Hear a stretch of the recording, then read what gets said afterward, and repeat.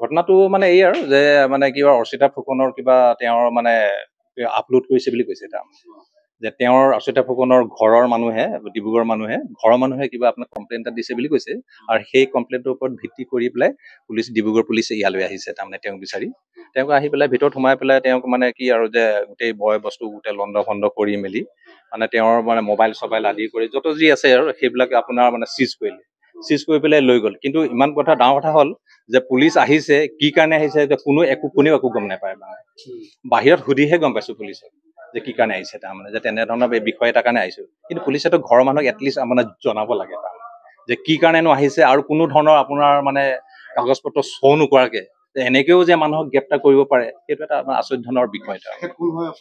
মোৰ আপোনাৰ ভতিজা হয়। তেখেতে ইয়াতে থাকে নেকি? প্ৰতিম ইয়াতে থাকে। কি নাম প্ৰতিম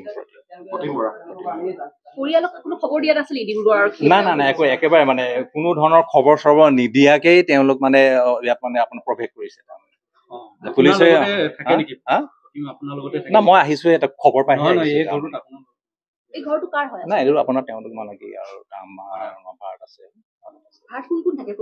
আচ্ছা তেনে গোটেই ঘৰ মানুহ আছে মাক দেউতাকৰ পৰা ককাইকৰ পৰা আদি কৰি। কি কৰে তেওঁ আপোনাৰ এই আপোনাৰ মেকানিকেল ইঞ্জিনিয়াৰ হয়। মানে দিল্লীত চাকৰি কৰি আছিলে। দিল্লীত চাকৰি কৰি আছে এতিয়া অনলাইন মানে ঘৰৰ পৰাই কৰি থাকে আৰু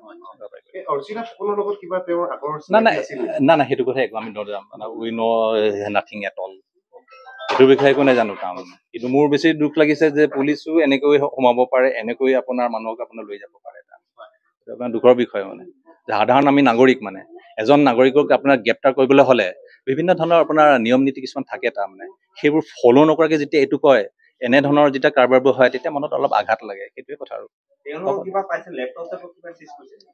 সেইবোৰতো আপোনাৰ চিজ কৰিছে মই কৈছো তাৰমানে পুলিচটো কৰিছে তাৰমানে কিন্তু কোনো ধৰণৰ আপোনাৰ মানে নোকোৱাকৈ মানুহৰ ঘৰত প্ৰৱেশ কৰে পুলিচে সেইটো এটা ডাঙৰ বিষয়।